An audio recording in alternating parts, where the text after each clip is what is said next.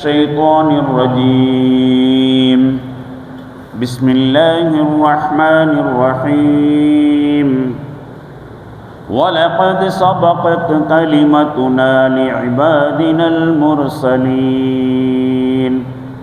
إنهم لهم المنصورون وإن جندنا لهم الغالبون صدق الله العلي العظيم. அளவிலா கருணையும் இணையிலா கிருபையும் உடைய அல்லாஹ்வின் திருப்பெயரால் நம்மால் தூதர்களாக அனுப்பப்பட்ட நம்முடைய அடியார்களுக்கு நாம் முன்னரே இவ்வாறு வாக்குறுதி அளித்துள்ளோம். நிச்சயமாக அவர்கள் உதவி செய்யப்படுவார்கள். மேலும் திண்ணமாக நமது படையினர்தாம் வெற்றியாளர்களாய் திகழ்வார்கள். அல்லாஹ் உண்மையை கூறினான்.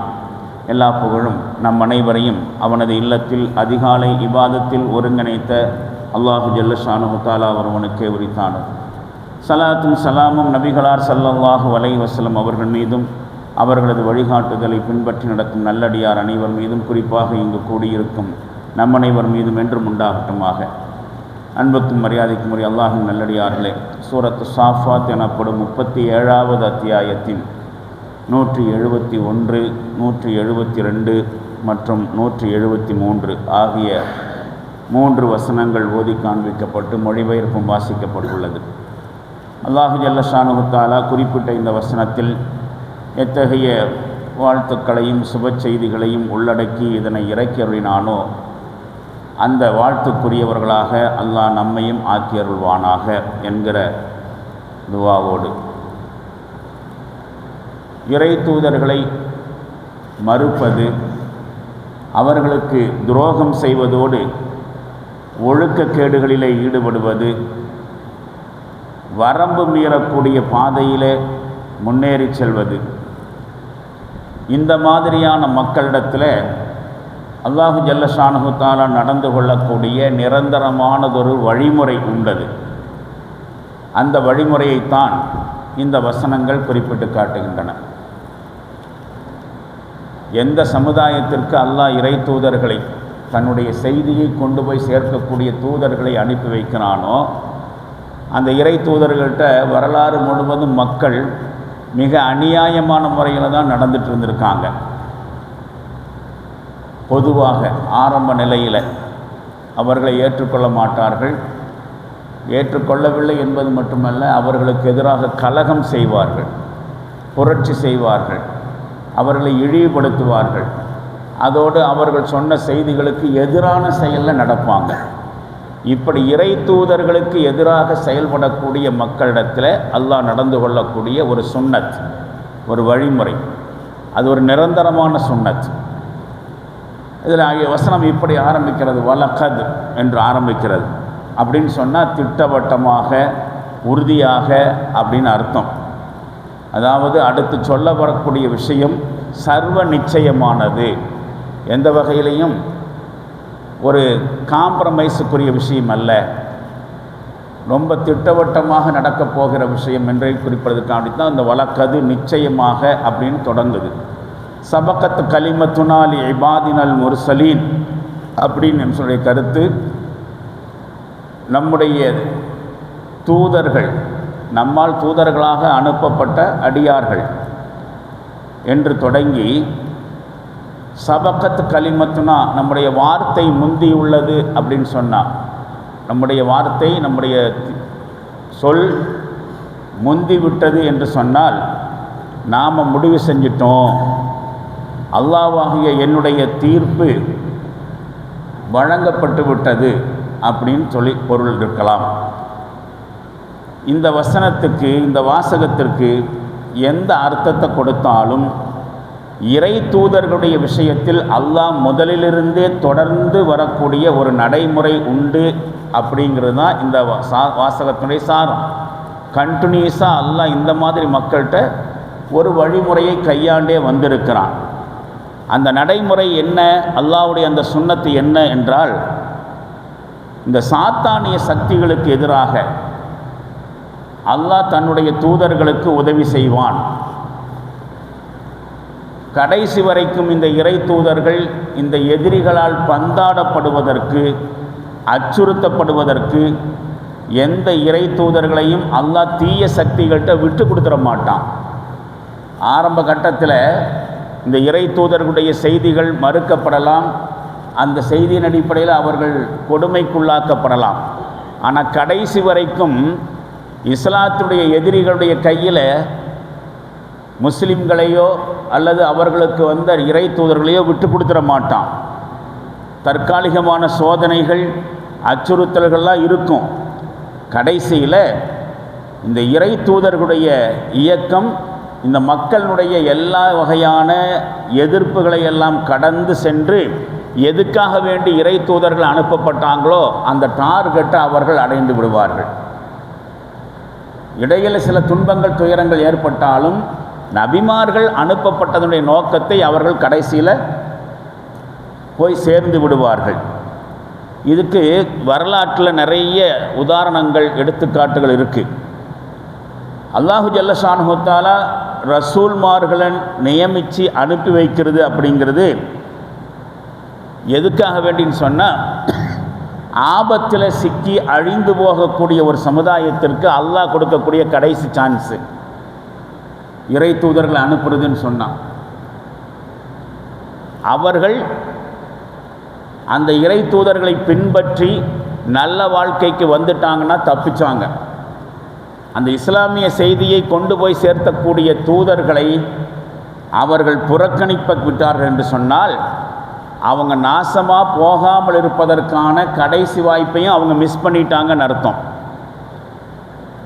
இறை தூதர்களுடைய சொல்லை கேட்டு அவர்களை பின்பற்றி விட்டால் அவர்கள் பாதுகாக்கப்படுவார்கள். அவர்கள் பாதுகாக்கப்படுறதுக்குண்டான கடைசி சான்ஸ் தான் ஒரு சொசைட்டிக்கு தூதர்கள் வர்றது. அந்த தூதர்களை அவர்கள் புறக்கணித்தால் அந்த வாய்ப்பையும் அவங்க இழந்துட்டாங்கன்னு அர்த்தம். இன்னஹும் லஹுமுல் மன்சூரூன், நிச்சயமாக அவர்கள் உதவி செய்யப்படுவார்கள் என்று அந்த வசனம் முடிவடைகிறது. சர்வ நிச்சயமாக அவர்கள் உதவி செய்யப்படுவார்கள். இறை தூதர்களுடைய சமுதாயம் பாதுகாக்கப்படுவது இறை தூதர்களுக்கு கிடைக்கக்கூடிய ஒரு இறையருள். நபிமார்களை ஏற்றுக்கொண்டு அவர்களுக்கு பின்னால் அணிவகுக்கக்கூடியவர்களுக்கு ஒரு பாதுகாப்பு கண்டிப்பாக இருக்குது. இதிலிருந்து தெரிய வரக்கூடிய முக்கியமான விஷயம், இறை தூதர்கள் பின்பற்றப்பட்டு கொண்டிருக்கிற வரைக்கும் அல்லாஹ்வுடைய உதவி அந்த சமுதாயத்துக்கு கிடைக்கும். எப்போ இறை தூதர்களுடைய வார்த்தைகளை அவர்கள் புறக்கணிப்பார்களோ அப்போ அல்லாஹ்வுடைய உதவி பின்வாங்கப்பட்டுவிடும். அல்லாஹ்வுடைய இந்த வாக்குறுதியை அல்லாஹ் என்ன செஞ்சுக்குவான்? வாபஸ் வாங்கிடுவான். இன்னஹும் லஹுமுல் மன்சூரூன், நிச்சயமாக அவர்கள் உதவி செய்யப்படுவார்கள் அப்படிங்கிறதுடைய கருத்து அதுதான். இப்போ இறை தூதர்களை பின்பற்றி கொண்டிருக்கிற வரைக்கும் அல்லாஹ்வின் பாதுகாப்பு நிச்சயமாக இருக்கும். இப்போ ஒரு சமுதாயத்திற்கு எதிரிகள் மூலமாக ஆபத்து வருதுன்னா அதனுடைய அர்த்தம் அவர்கள் நபிமார்களுடைய வார்த்தைகளை புறக்கணிக்கிறார்கள். நபிமார்களை பின்பற்றாமல் புறக்கணிப்பதனுடைய விளைவுதான் அல்லாஹ்வுடைய உதவி கிடைக்காமல் போகிறதுக்கான காரணம் தெரிய வருது. இறை தூதர்கள் அவங்களுடைய எதிரிகளுக்கு எதிராக உதவி செய்யப்படுவாங்க அப்படிங்கிற இந்த வாழ்த்துக்கள் இருக்கிறதே, இறை தூதருக்கு அவருடைய பொறுப்பிலே, அவருடைய கடமையிலே ஒரு நல்ல எதிர்பார்ப்பையும் தன்னம்பிக்கையும் மூட்டுகிறது. நாம் இப்படியே கைவிடப்பட்டு விடுவோம் என்பதற்கில்லை. வாழ்க்கையில் இப்படியே தோற்று போயிடுவோம், எதிரிகள்கிட்ட சிக்கி சீரழிஞ்சிருவோம் அப்படின்னு அவர்கள் நம்பிக்கை இழக்க வேண்டிய அவசியம் இல்லை. அல்லாஹ் வாக்குறுதி கொடுக்கிறான். அவர்கள் உதவி செய்யப்படுவார்கள் என்பதன் மூலமாக அது அவர்களுக்கு ஒரு உற்சாகத்தை கொடுக்கிறது. அல்லாஹ்வுடைய வழியிலே பயணம் செய்யக்கூடியவர்கள், அல்லாஹ்வுடைய வழியிலே பணி செய்யக்கூடியவர்களுக்கு ஒரு உற்சாகத்தை கொடுக்கக்கூடிய வார்த்தை. நாம் ஒருபோதும் கைவிடப்பட மாட்டோம், அல்லாஹ்வுடைய வேலையை செய்து கொண்டிருக்கிற வரைக்கும் அல்லாஹ் நம்மளை கைவிட மாட்டான் என்கிற ஒரு உத்தரவாதம் இதில் கிடைக்கிறது. இந்த வாழ்த்தும் இந்த உதவிக்கான வாக்குறுதி இருக்கா இல்லையா? இன்னஹும் லஹுமுல் மன்சூரூன், நிச்சயமாக அவர்கள் உதவி செய்யப்படுவார்கள் என்கிற இந்த வாழ்த்து, இந்த வாக்குறுதி இறை தூதர்களுக்கு மட்டும் உள்ளது அல்ல, அவருடைய தோழர்களுக்கும் அந்த தோழர்களுக்கு பின்னால் வரக்கூடிய இஸ்லாமிய பணியாளர்கள், இஸ்லாமிய அழைப்பாளர்களுக்கும் பொருந்தும் அல்லாஹ்வுடைய இந்த வாழ்த்து. நபிமார்களோடு முடிஞ்சு போன விஷயம் அல்ல. நபிமார்களை அல்லாஹ் கைவிட மாட்டான் அப்படிங்கிறது மட்டுமல்ல, நபிமார்களுக்கு பிறகு அந்த நபிமார்களை ஏற்றுக்கொண்டவர்களும் இஸ்லாமிய பணியிலே இருந்து கொண்டிருப்பார்கள், அல்லாஹ்வுடைய தீனுக்காக வேண்டி பணி செய்து கொண்டிருப்பார்கள் என்று சொன்னால் அவர்களுக்கும் இந்த வாழ்த்தும் வாக்குறுதியும் பொருந்தும். இடைப்பட்ட காலத்தில் எவ்வளவுதான் எதிரிகளால், இஸ்லாத்தினுடைய எதிரிகளால் அச்சுறுத்தப்பட்டவர்களாக இருந்தாலும் சரி, இடையில தோல்வி அடையக்கூடியவர்களாக இருந்தாலும் சரி, இறுதி வெற்றி, கடைசி வெற்றி அப்படிங்கிறது முஸ்லிம்களுக்கு தான். முஸ்லிம்களுக்கு என்று சொன்னால் அல்லாஹ்வுடைய தீனுக்காக வேண்டி யார் வேலை செய்து கொண்டிருப்பார்களோ, அல்லாஹ்வுடைய மார்க்கத்தை தூக்கி நிறுத்துவதற்காக வேண்டி யாரெல்லாம் தங்களுடைய உயிர் உடைமைகளை அர்ப்பணம் செய்து கொண்டிருப்பார்களோ அவங்களுக்கு கடைசி வெற்றி கிடைக்கும். அவர்கள் முஸ்லிம்களாகவே இருந்தாலும் அல்லாஹ்வுடைய தீனுக்கு வேலை செய்யாமல் உலகத்தில் சுகபோகிகளாக, உலகத்தை மோகம் கொண்டவர்களாக இருக்கிறாங்கன்னு சொன்னால், முஸ்லிம்களாக இருந்தாலும் அவங்களுக்கு அல்லாஹ்வுடைய உதவி கிடைக்குங்கிறதுக்கு உத்தரவாதம் கிடையாது. எப்போ இஸ்லாமிய பணியை செய்து கொண்டிருப்பார்களோ, அல்லாஹ்வுடைய தீனுக்காக வேண்டி மட்டுமே காரியமாற்றி கொண்டிருப்பார்களோ அப்பொழுதெல்லாம் அல்லாஹ்வுடைய உதவி வந்து கொண்டே இருக்கும். இப்போ இந்த இஸ்லாத்தினுடைய வெற்றிக்கு பல பரிமாணங்கள் இருக்குங்க. இந்த இஸ்லாம் வெற்றி பெறக்கூடியதற்கு ஆயுத போராட்டத்தின் மூலமாக பெறக்கூடிய ஒரு ஆதிக்கம்ங்கிறது அந்த பரிமாணங்களில் ஒன்று மட்டும்தான். எதிரிகளோடு ஆயுதத்தை வைத்து கொண்டு போராடி ஜிஹாதிலே ஈடுபட்டு அவர்களை வீழ்த்தி முஸ்லிம்கள் வெற்றி பெறக்கூடியதுங்கிறது இந்த இஸ்லாமிய இயக்கத்துக்கு கிடைக்கக்கூடிய வெற்றியில் ஒரு பார்ட்டு, ஒரு டைமென்ஷன் மட்டும்தான். அதை தாண்டி எதிரிகளுடைய அறிவு, அதே மாதிரி சட்ட ரீதியான சவால்கள் இருக்குது. அதையெல்லாம் வெற்றி பெறுவது இருக்கா இல்லையா, இது இன்னொரு பரிமாணம். இஸ்லாத்துடைய எதிரிகளுடைய கொள்கைகள், கோட்பாடுகள், நம்பிக்கைகள், வணக்க வழிபாடுகள், அதுக்குள்ள எந்த விதமான உள்ளீடும் இருக்காது. அறிவு ரீதியாக அவருடைய நம்பிக்கையை விளக்க முடியாது. அவங்க என்ன நம்பிக்கை வச்சுருக்காங்க, என்ன கொள்கை வச்சுருக்கிறாங்க, என்னென்ன சட்டங்களை போடுறாங்க, அதுக்கெல்லாம் அறிவு ரீதியாக அவர்களால் பதில் சொல்லவே முடியாது. ஆனால் இஸ்லாத்தினால் பதில் சொல்ல முடியும். இஸ்லாம் என்ன கொள்கையை வச்சுருக்குதோ, என்ன வழிபாடுகளை வச்சுருக்குதோ, எந்த மாதிரியான நம்பிக்கை வைத்திருக்கிறதோ அதுக்கு பின்னாடியெல்லாம் அற்புதமான காரணங்கள் இருக்கின்றன. அப்போ இந்த காரணங்களை வைத்துக்கொண்டு இஸ்லாத்தினுடைய எதிரிகளுடைய கொள்கைகளை முறியடிக்கிறது இருக்கா இல்லையா, இது உள்ளக்கு ஒன்றுமே இல்லாத சப்பையான கொள்கை, சப்பையான நம்பிக்கை. இது இந்த வழிபாடுகளுக்கு பின்னாடி எந்த பிரயோஜனமும் இல்லை அப்படிங்கிறத இஸ்லாத்துடைய கொள்கைகளை வச்சு முறியடிக்கிறது. இஸ்லாத்துடைய கொள்கைகள் பார், இஸ்லாத்துடைய நம்பிக்கைகள் எப்படி இருக்குன்னு பாருங்கள், இஸ்லாத்துடைய வாழ்க்கை முறை எப்படி இருக்குன்னு பாருங்கள், இஸ்லாத்துடைய வழிபாட்டு முறை எப்படி இருக்குன்னு பாருங்கள். இந்த இஸ்லாத்தினுடைய கொள்கை, நம்பிக்கை, வழிபாடுகள், வாழ்க்கை முறைக்கு முன்னாடி வேறு எந்த வாழ்க்கை முறையும் சரிக்கு சமமாக நிற்க முடியாத அளவுக்கு உள்ளுக்கு கூடில்லாக்கும் ஒரு கூடு மாதிரி, உள்ளீடு இல்லாத கூடு மாதிரி தான். இந்த மாதிரி கொள்கை அளவில் இஸ்லாத்தில் வெற்றி கொள்வது இருக்கா இல்லையா, இது இஸ்லாமிய இயக்கத்துக்கு கிடைக்கக்கூடிய இன்னொரு வெற்றியினுடைய பரிமாணம். அதே மாதிரி ஒரு முழுமையான மக்கள் நலன், சமூக நீதிக்காக முன்வைக்கப்படக்கூடிய இஸ்லாம் அல்லாத பொருளாதார கொள்கைகள் தோல்வி அடையுமா இல்லையா? இப்போ ரஷ்யா தோற்று போச்சு பொருளாதாரத்தில். மக்கள் நலனுக்காக வேண்டித்தான் அந்த பொருளாதாரத்தை கொண்டு வர்றாங்க. உலகத்தில் எல்லா நாடுகளிலேயும் மக்கள் வாழணும், நல்லா வாழணுங்கிறதுக்காக வேண்டித்தான் நீதியான சட்டங்களை கொண்டு வருவாங்க, அது மாதிரி பொருளாதார கொள்கை கொண்டு வருவாங்க. ஆனால் நாளடைவில் மனுஷங்களால் உருவாக்கப்படுகிற இந்த மாதிரியான மக்கள் நலத்திட்டங்கள் ஃபெயிலியர் ஆகும். அந்த இடத்துல இஸ்லாத்தினுடைய மக்கள் நலத்திட்டங்களை முன்வைக்கணும். அப்படி முன்வைக்கப்படுகிற பொழுது அதன் மூலமாக இஸ்லாத்துக்கு ஒரு வெற்றி கிடைக்கும். இது இஸ்லாத்துக்கு கிடைக்கிற வெற்றியினுடைய இன்னொரு பரிமாணம்.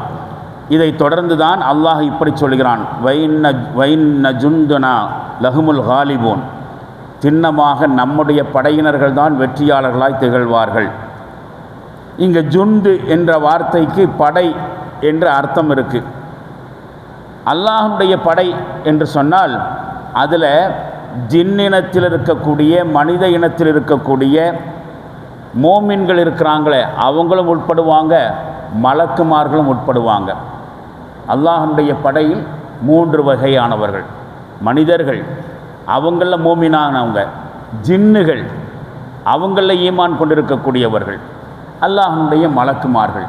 இவர்கள் 3 பேர்களையும் உள்ளடக்கியதான் அல்லாஹ்வுடைய படை என்று சொல்லப்படுகிறது.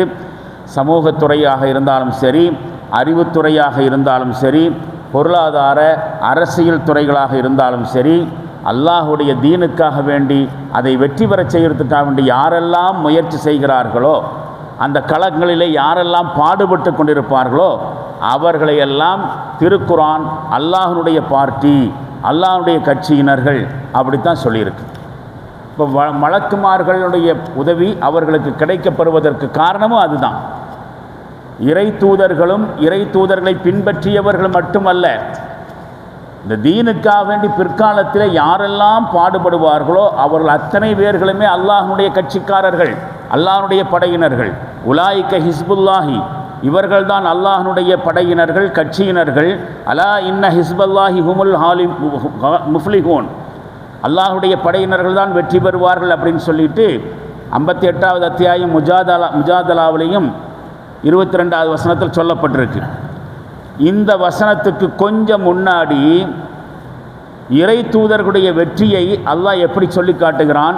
கதபல்லாஹு அகலிபன்ன அன வருசுலி இன்னல்லாஹ கவியுன் அசீஸ், நானும் என்னுடைய தூதர்களுமே நிச்சயமாக வெல்லுவோம் அப்படின்னு அல்லாஹ் எழுதிவிட்டான். உண்மையில் அல்லாஹ் பேராற்றலுடையவன், அதே மாதிரி வலிமை மிக்கவன். 58வது அத்தியாயம் முஜாதலாவில் 21வது வசனம். இதை சொல்லிப்பதற்கு பிறகுதான் அடுத்த செய்தி வருகிறது. இன்னால நன்சுரு ருசுலனா வல்லதீன ஆமனு ஃபில் ஹயாத்தி துன்யா வ யௌம யகூமுல் அஷ்ஹாத், உறுதியாக தெரிஞ்சுக்குங்க, நாம் நம்முடைய தூதர்களுக்கும் நம்பிக்கை கொண்டவர்களுக்கும் இந்த துனியா வாழ்க்கையிலும் அவசியம் உதவி செய்வோம், சாட்சிகள் நிற்கக்கூடிய மறுமை நாளிலும் உதவி செய்வோம். அப்போ இறை தூதர்களுக்கு மட்டும் உள்ளதல்ல இந்த வாக்குறுதி. எந்த வாக்குறுதி?